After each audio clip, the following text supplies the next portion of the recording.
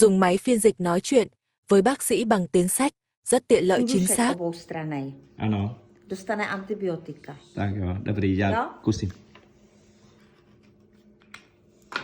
Xin chào, không không, tôi sẽ có bình thường.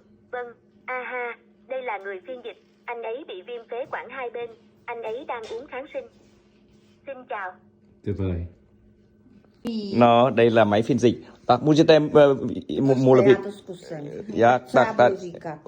Vy mluvit, tady. Držte. držím. Ano, držte, ano. A vy to... Vy mluvit a pak já rozumím a za zpátky A mluvit. jak vy to tady, jako se vám to Ja, sem dostane? ne, já poslat pro dcera. Jo, takhle. Ona prodá. Jo. Na, kusím mluvit něco. Drž, Jo. ano. Aha, tak já nevím, co mám teda mluvit. Dobrý den, mít normální, jak já nevím, co mám teda hotovo. Co teď? Dobrý. Nói gì? Xin chào, có một người bình thường tôi... Jo. Za minutku, jo? Halo? Slyším? Đây là một chiếc máy phiên dịch rất là tốt. No, za chvíličku, jo?